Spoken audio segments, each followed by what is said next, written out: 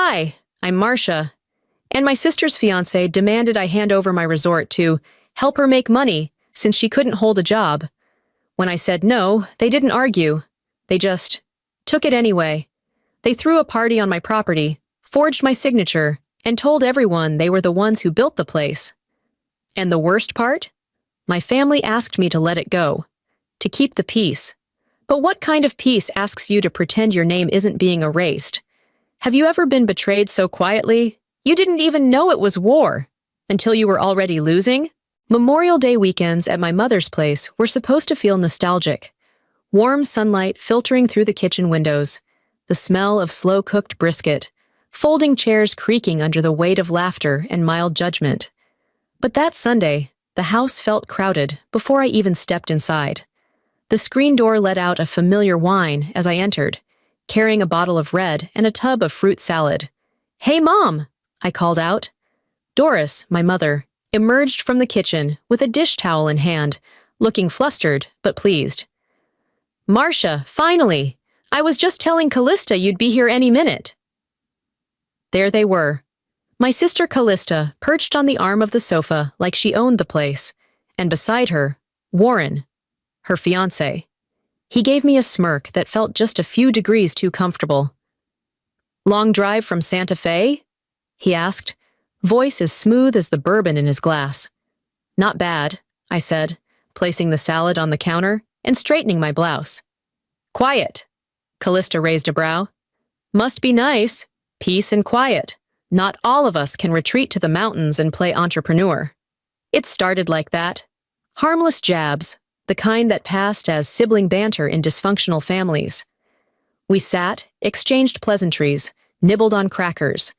But I knew something was brewing. Callista never invited me into a room unless there was a motive. "So," Warren began, swirling his drink, "we've been talking about the resort." My posture stiffened. "What about it?" Callista leaned in, elbows on her knees, eyes glittering like she was about to deliver a TED Talk. "We've got this idea. A collaboration, really. I've been out of work for a bit, just until something aligns. But I thought, maybe I could help manage the place, give it a fresh angle." Warren chimed in. "We'd structure it like a partnership. Split profits, run weekend retreats. You keep the name, we build the brand. It's a win-win." I blinked, trying to process the audacity. "You want to use the resort for your business venture?" "Not use," Callista corrected. "Grow. You've got the space. We've got the vision." I looked at my mother, expecting some sort of reaction.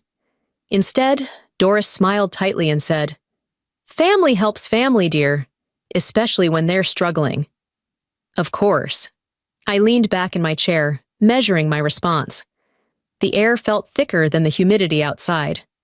I didn't build that place so it could become someone else's passion project. Warren chuckled, like I'd misunderstood. "It's not just about you, Marcia. Think bigger. Think family legacy." Legacy. That word made me want to scream. I remembered the nights I slept in the unfinished guest suite on a blow-up mattress, checking invoices on my laptop.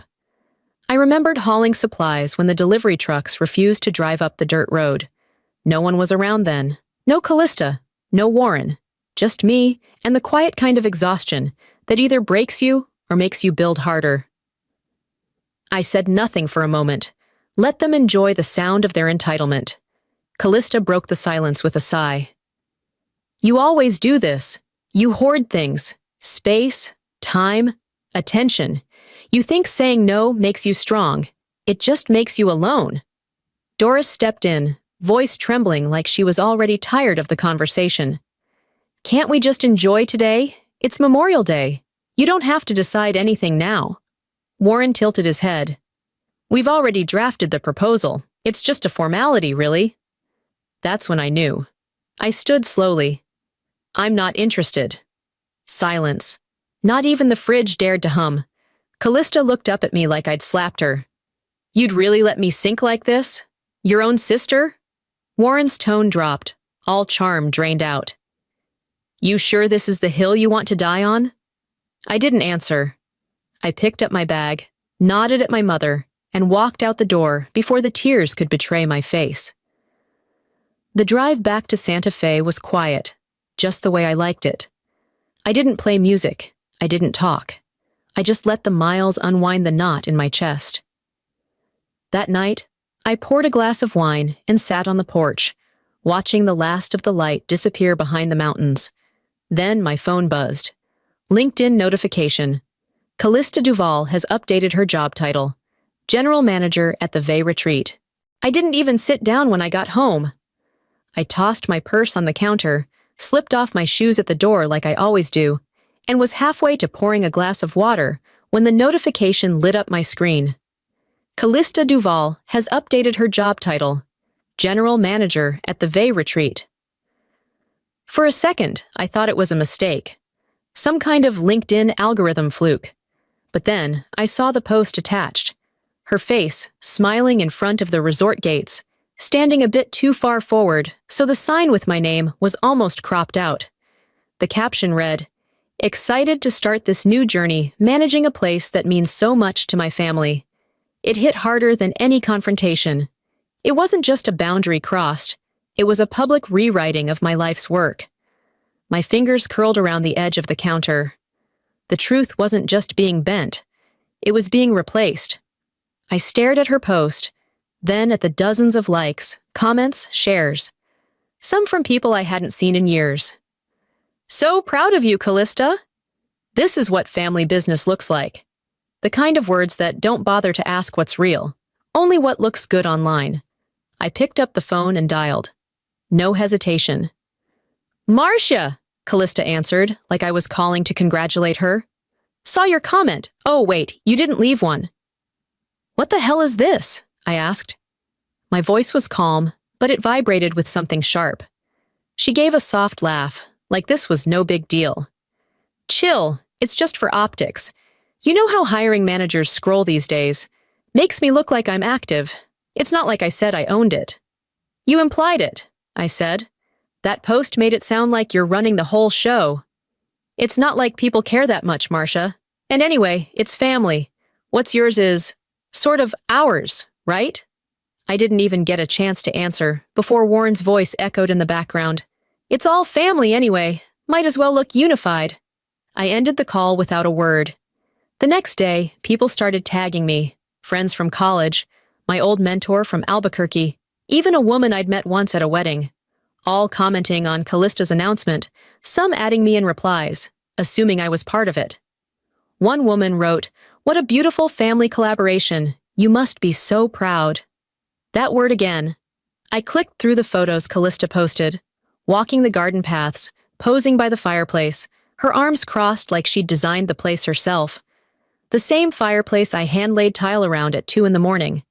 The same patio I sanded while icing my knees. She didn't just borrow my space, she was erasing me from it.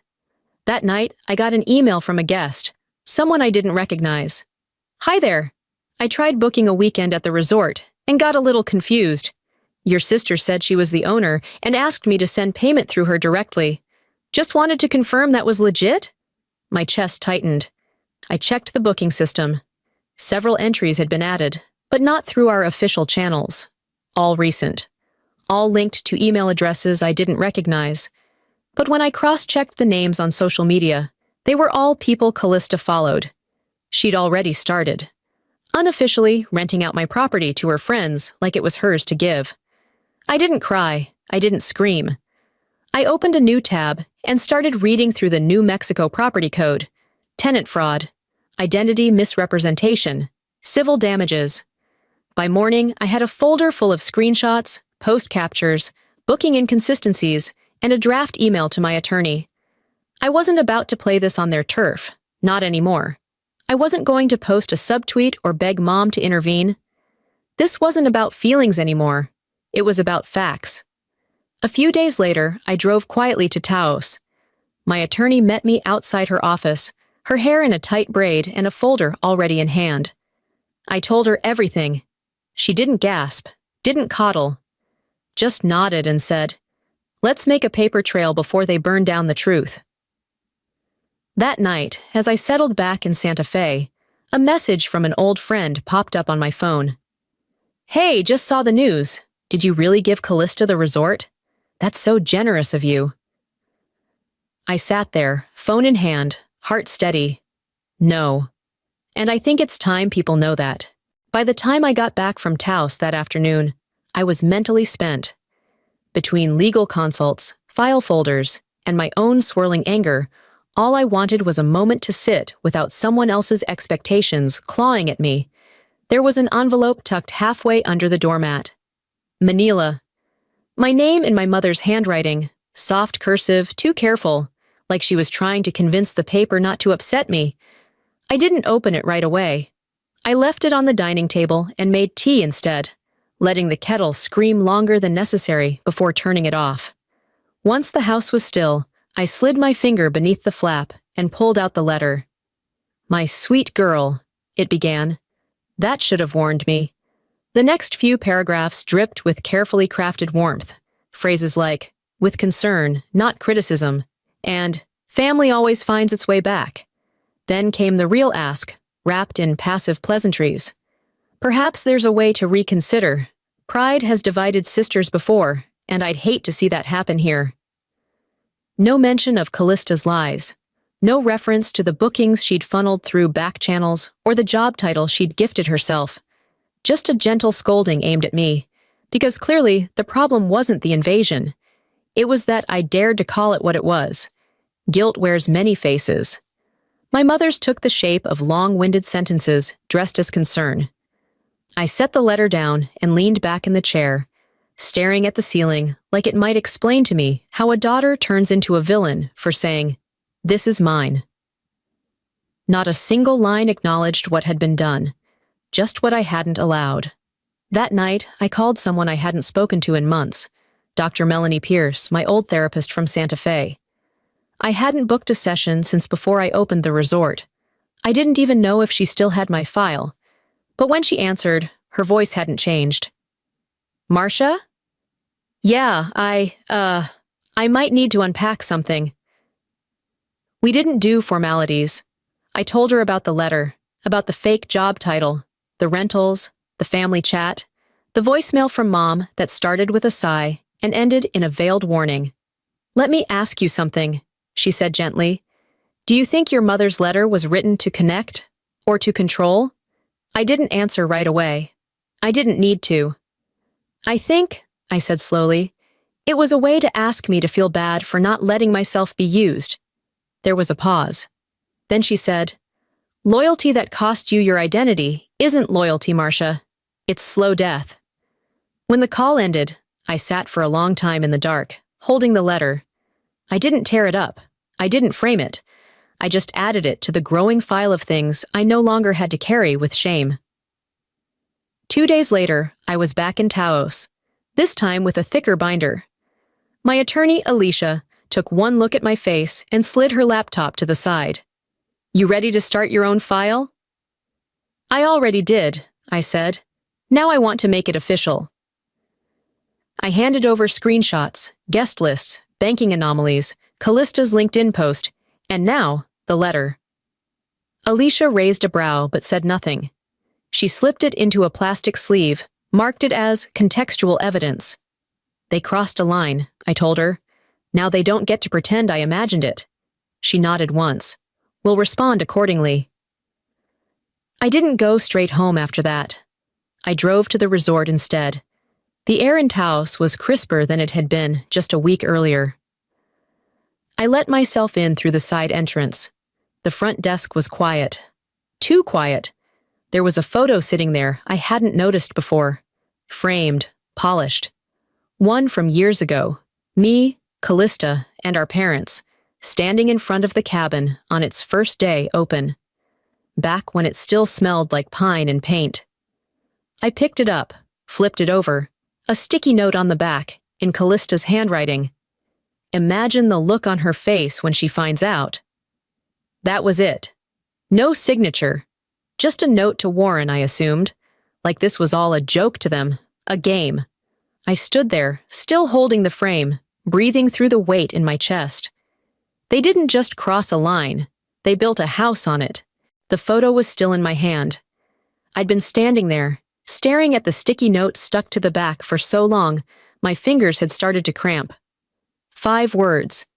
Just 5 words in Callista's slanted handwriting, curved like it was meant to look casual. Imagine the look on her face. I wasn't hurt anymore. Not in the way that makes your throat close up or your eyes sting. This was different, colder, sharper, like the moment you realize the wound's no longer bleeding, just hardened over.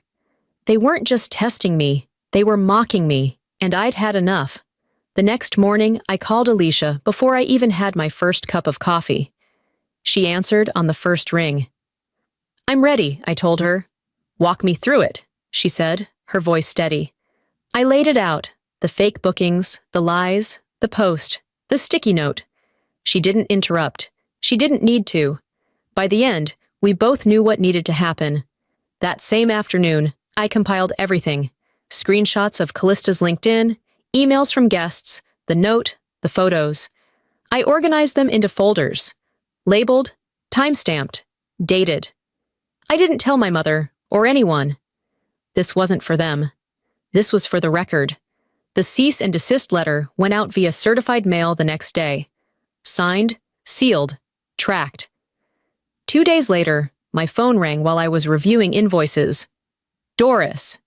"Marcia," she said, already exasperated. "What did you send to your sister?" "I sent a legal notice," I replied. "What on earth for?" she demanded. "Why would you take this outside the family?" "Because talking inside the family got me ignored." "She's upset. You made her cry." "And she made money pretending to be me," I said evenly. The silence on the other end stretched long. "She's your sister." "I'm aware." "And you're going to make this ugly, public?" "I'm going to make it stop." She sniffed, the way she always did when she was about to deliver guilt as if it were a gift. "You could have just called her. You didn't have to humiliate her." "She humiliated herself," I said, and I meant it. She ended the call not with understanding, but with a soft sob and the words, "You used to be more forgiving." I didn't call back. That same evening, I opened Facebook and saw Callista had posted a vague, long-winded update. Sometimes the ones closest to you are the ones who wound the deepest. I never imagined I'd be painted as the villain for trying to build something beautiful with my family. The comments were instant, overflowing. "You're strong, girl." "Some people just don't understand gratitude." "She's always been jealous." And just like that, perception twisted again. I didn't reply. I didn't defend myself. Let them believe what they want. The truth doesn't always shout. Sometimes it waits.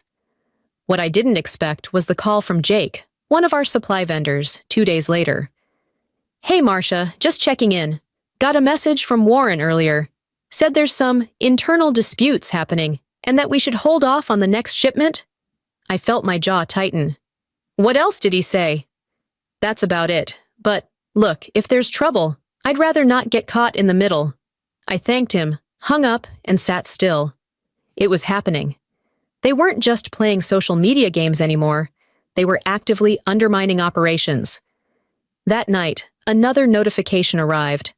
A package, signed from a law firm I didn't recognize. I tore the envelope open and scanned the first page. Notice of intent to mediate, business disruption and miscommunication regarding the Vey retreat. The wording was slick, deliberately neutral, but the message was clear. They weren't backing down. They were escalating. I placed the letter gently on my desk, sat back, took a long breath through my nose. "You wanted war, Callista," I said aloud, my voice echoing in the stillness of the room. "So let's make it legal." It started with a ping, one of those half-innocent notifications that sneak in while you're halfway through sorting receipts or answering vendor emails. This one came from Facebook. I didn't even register the name until the image loaded. Callista, front and center, flanked by balloons and guests, at my resort. The caption read, "So grateful to celebrate at our family's place. Thank you for the vision, sis." I froze. The kind of stillness that doesn't come from shock, but calculation. I clicked through the photos. There it was, The pergola I spent months planning, now strung with garlands and gold foil letters that read, "Happy birthday, Warren." I hadn't approved a single event. No booking, no notice, no heads up. I switched tabs and opened the security feed for the resort. It was live. People were there. Now. On screen, Callista strolled the property like she'd spent her life curating every inch of it. She paused beside the patio fire pit and told a cluster of guests, "We designed this space with intimate gatherings in mind. Took months to get the lighting just right." We? I remember sweating through 2 shirts that week, negotiating with electricians over ground wiring that kept shorting. She was still working in marketing back then, sending links to Pinterest boards, not hauling bricks. The video panned to Warren holding court near the bar. I turned up the volume. "She's just the money," he laughed to a guest. "I'm the vision. We're planning quarterly retreats, spiritual wellness stuff, maybe some light networking, easy cash flow." I stopped the feed and grabbed my keys. The drive to Taos didn't feel like any other. The sun dipped lower with each mile, casting long, judgmental shadows across the highway. I didn't call anyone, didn't warn a soul. When I pulled into the lot, the guests had gone. The music had stopped. All that remained were cigarette butts, wine-stained napkins, and Warren's jacket slung over a lawn chair like it belonged there.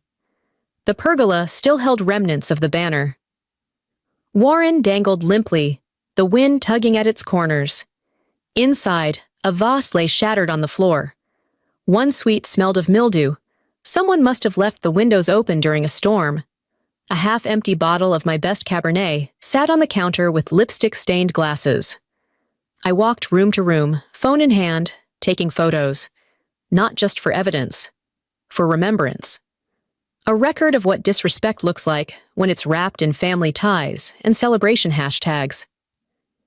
"They didn't just disrespect me," I whispered. "They disrespected the land I bled to build." The next morning, I called the maintenance staff, canceled all bookings for the week. Everyone cooperated, though a few looked confused. One, Greg, the groundskeeper, asked hesitantly, "We thought they had your permission, Marcia." I shook my head. They didn't. And going forward, no one enters without written approval, even if they claim to share my blood. He nodded, quietly embarrassed. Understood. I sent Alicia the photos, the guest list I pieced together from Callista's social posts, and a rough estimate of damages. Then I changed every access code on the property. Again. That evening, I sat in my living room and opened Facebook.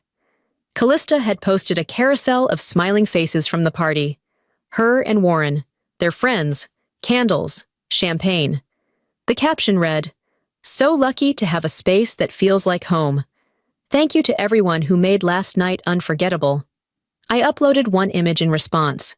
A close-up of the damaged suite, wine pooled across the carpet. A lone heel left abandoned on the floor. Caption, "Not everything beautiful is given freely. Sometimes it's taken without asking." I didn't tag her. I didn't need to. Hours later, a message request came in on Instagram. "Hi, I was at the party. You don't know me, but I think you should see this." Attached was a video. Callista and Warren, recorded on someone's phone, standing by the bar. Her voice low but clear. "If we post enough, make it look like it's already ours. The legal stuff won't matter. People believe what they see." Warren added, laughing. "By the time she gets serious, it'll be too late. It'll already look like ours on paper." I watched the video twice. Saved it. Forwarded it to Alicia. Then I sat back, closed my eyes, and said out loud to no one, "You wanted a legacy built on lies? Let's see how long it stands." The moment I hit play on the video sent by that anonymous party guest, I knew I wasn't just dealing with arrogance anymore. I was dealing with strategy. On screen, Callista and Warren were standing just off to the side of the pergola, drinks in hand, talking low but clear enough for the phone's mic to catch every word. "All we need is a few more posts before the narrative sticks," she said. "After that, it's just paperwork." Warren chuckled. "Exactly. Make it look like ours long enough, and it'll be ours, legally or not." My stomach didn't drop. My heart didn't race. It was a clean, quiet break inside me. A click, like a lock sliding into place after years of rattling loose. I forwarded the video to Alicia with no caption, just the file. She'd know what to do. Then, I opened the admin dashboard of the resort's security system. One by one, I revoked every access code, every digital key, every backup override. They were out. I canceled all deliveries for the week. I emailed every vendor and partner we'd worked with in the last 6 months. Temporary maintenance scheduled. Access suspended. We apologize for the inconvenience. I changed passcodes. I rewired locks. And for good measure, I notified staff that all approvals going forward would require direct sign-off from me. In writing. I wasn't just protecting a place anymore. I was protecting the truth. 3 days passed before they noticed. I was at my desk finishing a vendor call when my phone lit up with a string of missed calls from Callista. Then Warren. Then Callista again. Then a text. Warren, we need to talk. You're taking this too far. I didn't respond. Instead, I contacted Joel, my security contact in Taos.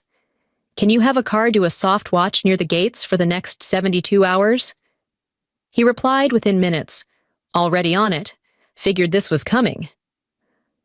The next morning, I found out Warren had emailed one of my corporate retreat clients directly, implying there was internal instability at the ownership level.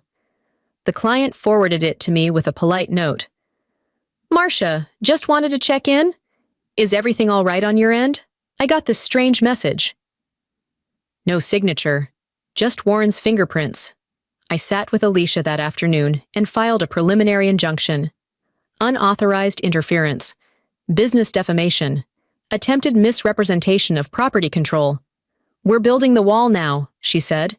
You're not just defending the line anymore. You're laying the foundation for legal action. Later that night, I went through our guest review portal, looking for patterns in spam reviews we'd started receiving. In the middle of the mess, I saw a review left by a former guest, unprompted. Still one of the most peaceful weekends I've had. Owner was gracious, space was clean, views unforgettable. Ignore the drama. This place speaks for itself. It wasn't a direct defense, but it was timely. I didn't know who they were, but I whispered, "Thank you," under my breath. A few hours later, a text from a neighbor of the property buzzed through. Tom. Saw 2 people trying to jiggle the gates yesterday. Told them if I saw it again, I'd call the sheriff. I stared at the screen longer than necessary. The kind of stare you give not out of disbelief, but because reality is confirming what you feared. You were never being paranoid. People like to act like betrayal is a knife to the chest. But the truth is, it's more like erosion. It wears you down. Until you're a shell of a person who second-guesses every instinct. Then, in one moment, it flips. And you realize you weren't crazy. You were just being slowly erased. I sat at my desk around 10:15 that night, updating invoices and logging vendor notes when another ping arrived. An alert from the bank. Suspicious activity detected. Possible payment redirection. I clicked through. The numbers weren't just off. They were bleeding. Thousands gone. Rerouted through a shadow account tied to a name that looked suspiciously like a Shell LLC. I leaned back, closed my eyes. They hadn't just broken boundaries. They were inside my walls. The bank manager's voice was calm, almost annoyingly so, as she walked me through the flagged transactions. We noticed a pattern of withdrawals starting 2 weeks ago, she said. All routed through an account linked to a business entity that used to be authorized on a different cardholder file. A name popped up, one I hadn't seen on anything official in years. Callista. She still had access to a vendor account I'd created years ago for decor and staging purchases when we opened the resort. It should have been deactivated. I thought I had. But it was buried in an old shared profile that somehow slipped through my security sweep. My jaw clenched. I asked the bank to freeze the account immediately. Damage control was no longer just about my name. It was about every dollar tied to that name. They didn't just try to take my identity. They went for the veins of the business itself. That evening, While scanning paper statements to prepare an updated financial report for Alicia, a courier rang the doorbell. I opened the door to find a young man holding a large envelope and a clipboard. Marcia Vey? Yes. You've been served. The words landed like a slap. I shut the door, tore open the envelope, and scanned the first few lines. Plaintiffs, Callista Duval and Warren Gaskin defendant, Marcia Vey, claim. Loss of revenue, interference with business opportunity, breach of verbal agreement. My knees didn't buckle, my breath didn't catch. I just sat down. They had filed first. They were accusing me of disrupting their business, claiming I had verbally agreed, in front of family witnesses, to share managerial control of the resort. The same resort I had paid for, maintained, and lived for. This wasn't just twisted, it was calculated. The next morning, I gathered with Alicia and Jonah, my accountant, in her conference room. We spread out every document, every email, every calendar invite from the past 6 months. They're using things like brunch conversations and vague texts as legal footing, Alicia muttered. This is smoke and mirrors. But we're going to need more than truth. We need clarity in paper. I pulled out a notebook and began drafting my own timeline. Dates, events, conversations, every instance of misrepresentation, every lie. Every moment I said no, and they ignored me. This isn't just a court battle, I said, flipping to a fresh page. It's a war for my identity. 3 hours later, Alicia was drafting our counterclaim. Fraud. Unauthorized use of property. Defamation. Jonah flagged inconsistencies in the accounts that made Warren and Callista's claims look even more desperate. But the battle wasn't just in court. Later that week, I opened the family group chat and saw a new thread from Callista. A long message full of veiled insults, spiritual language about choosing compassion, and screenshots of my cease and desist letter, heavily redacted but enough to stir the pot. Doris chimed in. Marcia, please don't escalate. Just find peace. We can work this out without lawyers. I didn't reply. I didn't explain. I just left the group chat. No farewell. The silence said more than I ever could. That weekend, I heard from one of my long-standing business contacts, Jenna, who coordinated luxury retreats. She forwarded an email Warren had sent her. Just a heads up, Marcia's been going through a rough patch emotionally. Might want to hold off on working with her until she finds her footing again. I felt heat rise up my neck, not because of the words, but because of the strategy. He wasn't fighting fair. He was fighting dirty. I told Alicia to prepare a formal statement. No drama, just clarity. She sent a letter to every affiliate, reaffirming my position as sole owner and operator of the Vey Retreat, with a legal warning against defamatory implications. By Monday morning, my operations manager forwarded me a call log from the front desk line. Figured you should see this, she wrote. There it was. 6 calls in the past 3 days from a number tied to a prepaid line. But the ID? Operations Manager, Vey Retreat. The same number had contacted 3 of our vendors and 2 confirmed guests. They're impersonating you, she added, or trying to. I read the timestamp on the last call. 9:42 a.m. today. I sat back in my chair, folded my arms across my chest. They're not backing down, I muttered to myself. Then, louder, so I could hear it in my own voice. Neither am I. The screenshot landed in my inbox just past 8 a.m., sent from my cousin Lynn, someone who rarely got involved in family drama unless it directly threatened the annual Thanksgiving seating chart. Her message was brief. Thought you should see this. Callista had posted a long thread in the family group chat overnight. It was dressed in half-truths and bathed in victimhood, framed as a journal entry to a group that never asked for one. It breaks my heart that things have come to this, she wrote, but I've been nothing but patient. I tried to collaborate, to build something beautiful. Instead, I've been attacked, discredited, and shut out by someone who used to call me sister. This isn't about business anymore. It's about control. Then came the screenshots, heavily cropped messages that showed me asking about unauthorized bookings, but stripped of context. No mention of the forged emails, the party, the theft. I didn't respond, not even a period. Instead, I took my own screenshot and added it to the growing legal file I'd been curating like a memoir no one would want to read, but everyone would believe when shown in court. The comments began rolling in from distant aunts and uncles, cousins I hadn't spoken to in years. "You've changed, Marcia. What happened to keeping family first? She's always been a little intense, hasn't she?" I closed the app. My heart didn't pound. I didn't cry. But I felt tired in a way I hadn't before, an exhaustion that comes not from fighting battles, but from realizing no one noticed when the war started. An hour later, I missed a call from Doris. Then another. Then a voicemail. "Marcia," her voice cracked, "please don't let this become a scandal. Your father's upset. He hasn't said it, but I know this is weighing on him. Just fix this quietly, for us, for the family." There it was again, the unspoken script.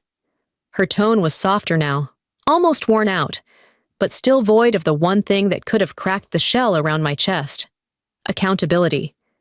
She didn't say Callista lied. She didn't say we were wrong.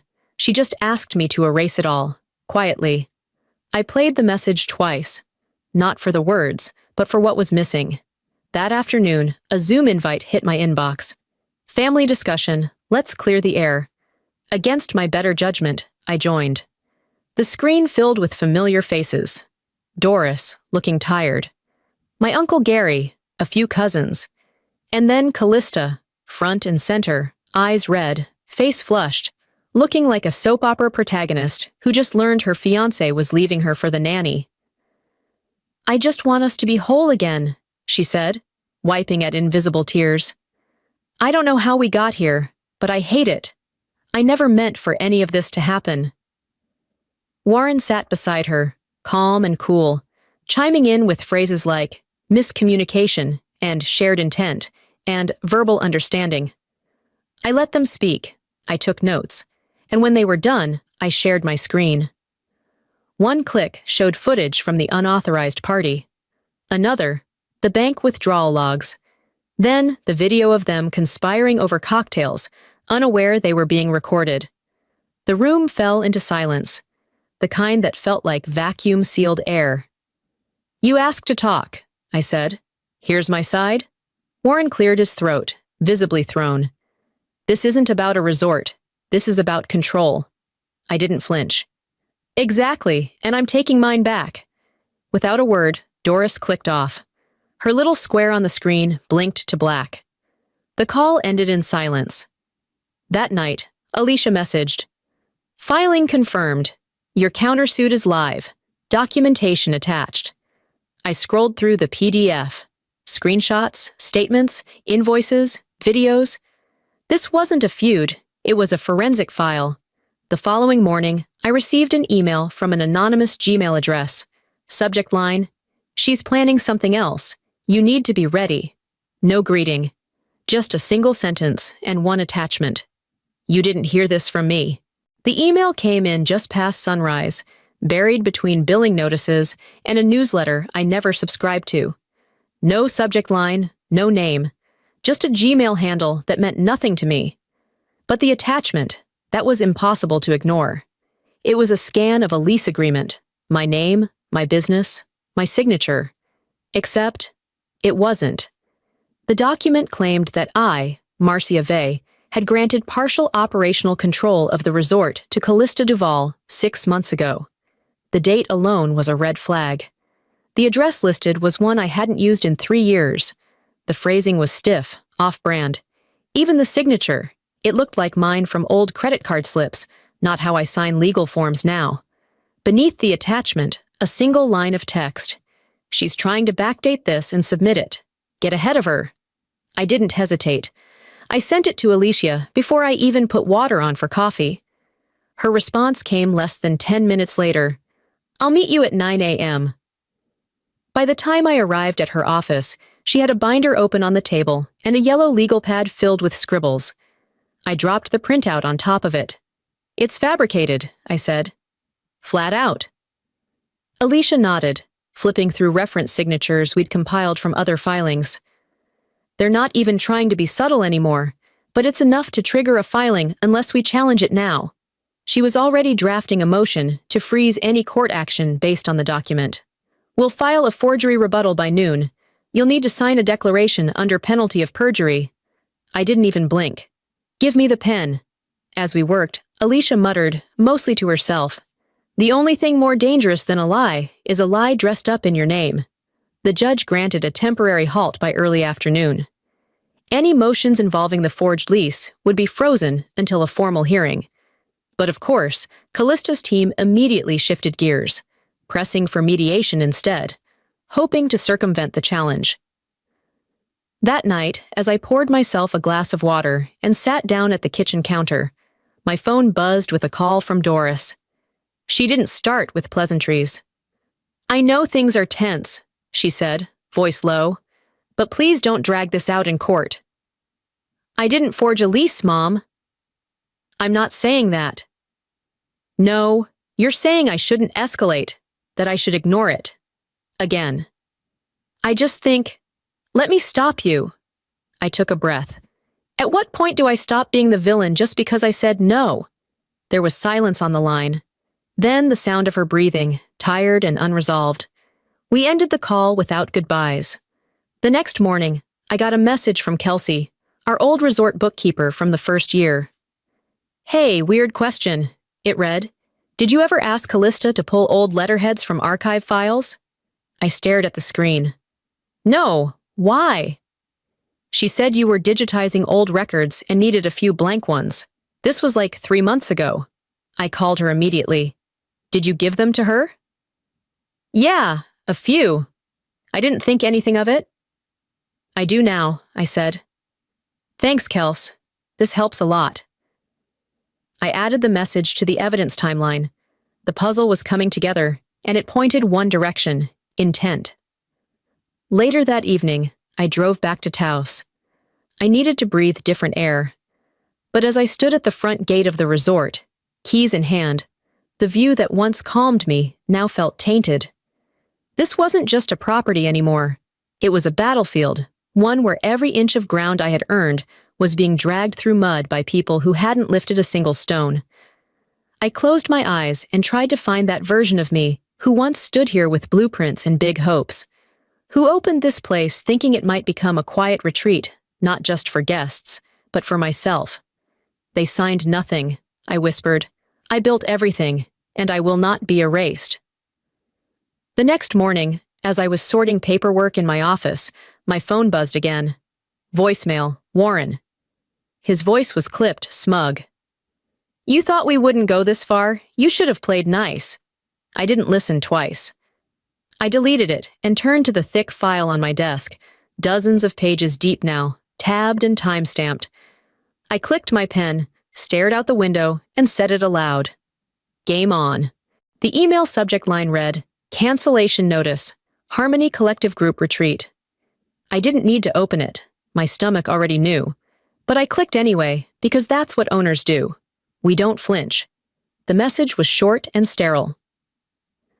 Due to recent concerns circulating in local press and social media, and in the interest of protecting our organization's reputation, we have decided to cancel our upcoming booking at the Vay Retreat. No deposit refund necessary. We appreciate your understanding. It wasn't about the money.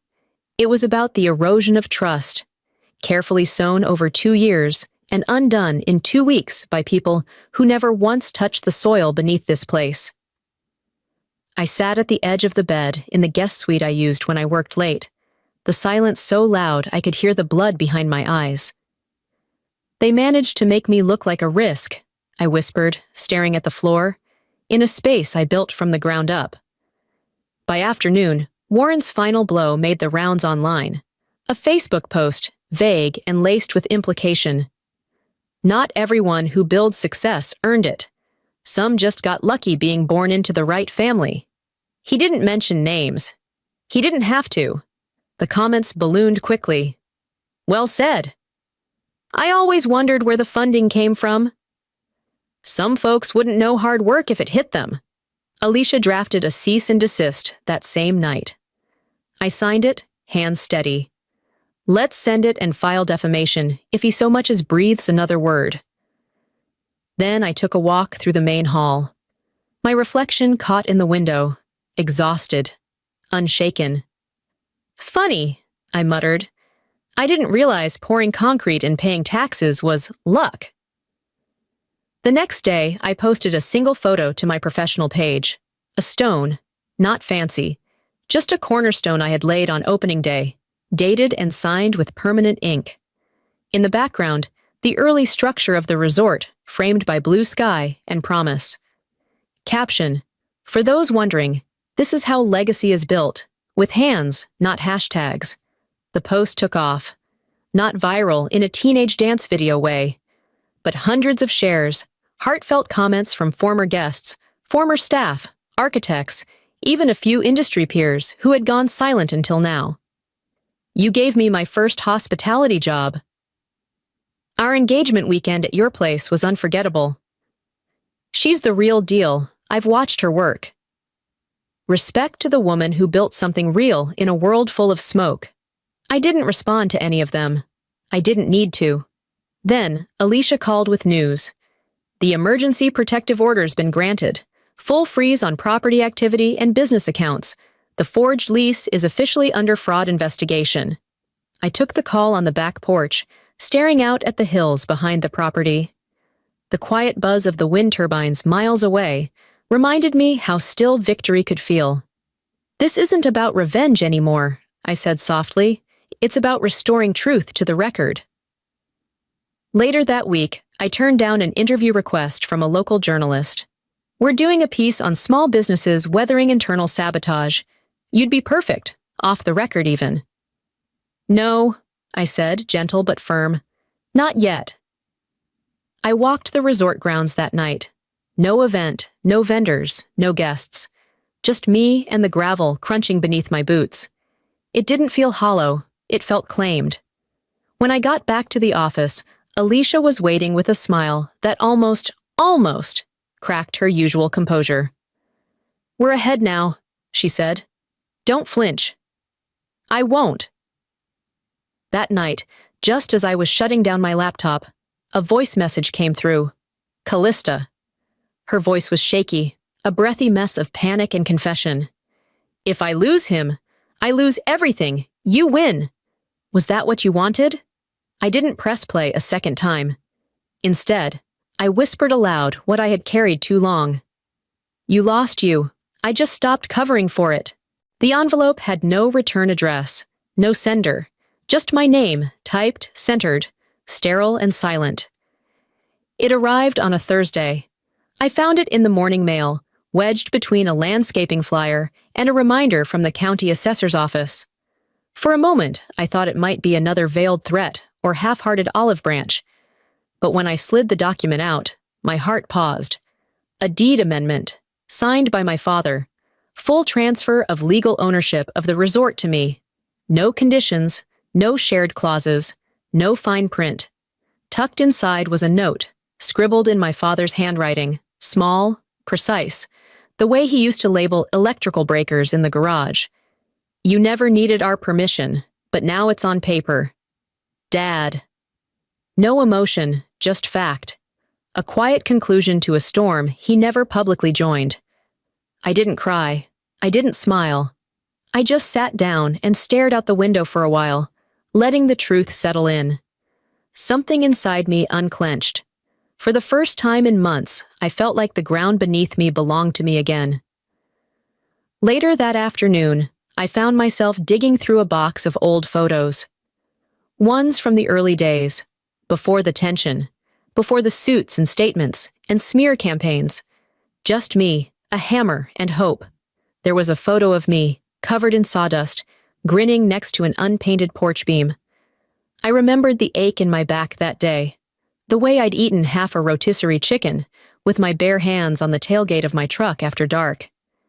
Back then, I wasn't trying to impress anyone. I was just trying to build something that felt real. Looking at those photos now, the ache wasn't anger anymore. It was distance. I no longer felt the need to win the family back. Whatever I thought reconciliation looked like, it wasn't worth the price tag. Winning would have meant pretending none of this happened, and I wasn't sure I wanted that kind of peace. That evening, my phone lit up again. Doris. I let it ring once before I answered. "Hi," she said, her voice softer than it had been in weeks. "Hi," I replied. "I'm not calling to argue," she said. I wanted to ask that you not hate us. Me." "I don't hate you, Mom," I said. "I just don't recognize you anymore." There was silence on the other end. Not wounded, not angry, just tired. "I don't know how to fix it," she whispered. "Maybe it's not mine to fix." We didn't hang up. We just let the silence stretch until one of us ended the call. I don't remember who. The next day, I walked the property with the team.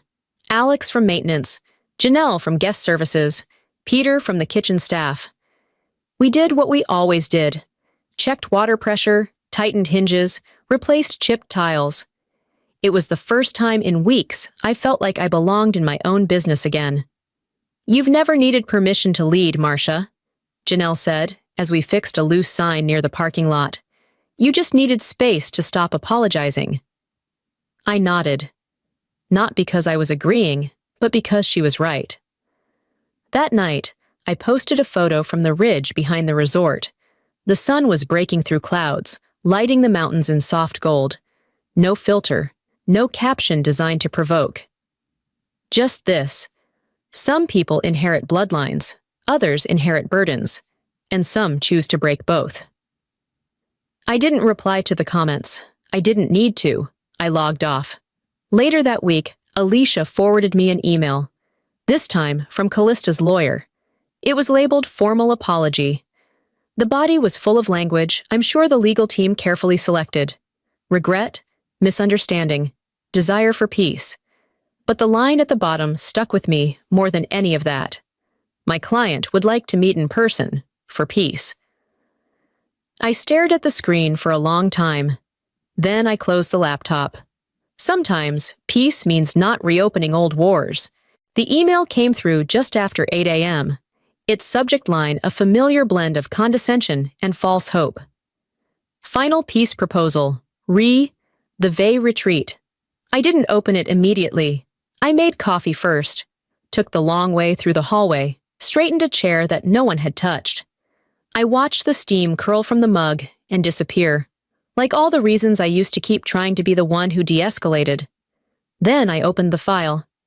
It was dressed up as a settlement, though every clause reeked of surrender on my end. Shared statements, public apologies from both parties, a joint photo opportunity to restore public perception, and, buried in legal phrasing, the most insidious line, acknowledgement of misunderstanding between sisters. Not once did it say what had actually happened.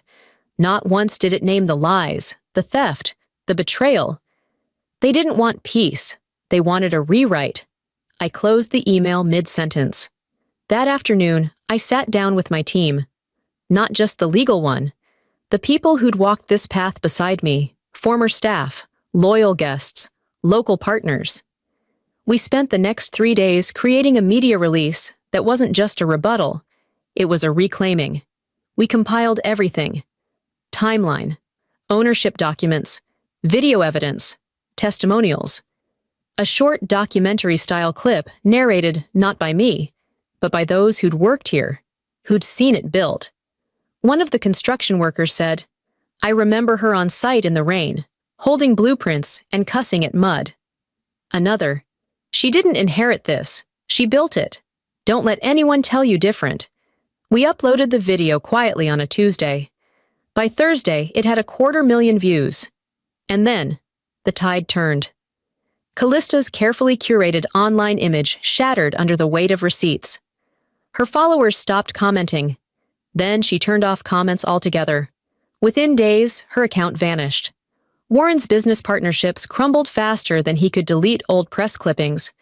2 local vendors pulled out of his side projects. A podcast he'd booked removed his episode entirely. Doris went silent. The group chat that once buzzed with weekly photos and unsolicited articles died with a whimper. No one said goodbye. It wasn't revenge. It was the truth, with timestamps. Weeks passed. Quiet settled in the way it only does after a storm you never asked to fight. I didn't plan a celebration, but I did plan a moment. We held a small gathering at the resort. Just staff, some returning clients, a few community folks who stood by me when I had every reason to fold. Under the crisp sky, we unveiled a plaque mounted near the entrance gate. For the ones who build quietly, your legacy is louder than noise. No applause, just nods, just truth. That evening, long after the last guest had gone and the dishes were stacked in silence, I walked the perimeter alone. I carried with me a small shadow box. Inside was the original key to the resort's front gate, the one I'd changed 3 times in 6 months. I placed it in the glass frame and wrote in black marker beneath it, "Retired locks, retired fears." Then I hung it in the back office, where no one but me would see it. The next morning, I met a reporter for a profile piece she was writing, not for gossip, but for legacy. After the formal questions ended, she paused, recorder still in hand. "Would you ever reconcile if they apologized?" I smiled slightly, eyes on the distant pines. I didn't ask for an apology. I asked for respect. Then I turned to her, steady. "The difference is, one of them is mine to give myself,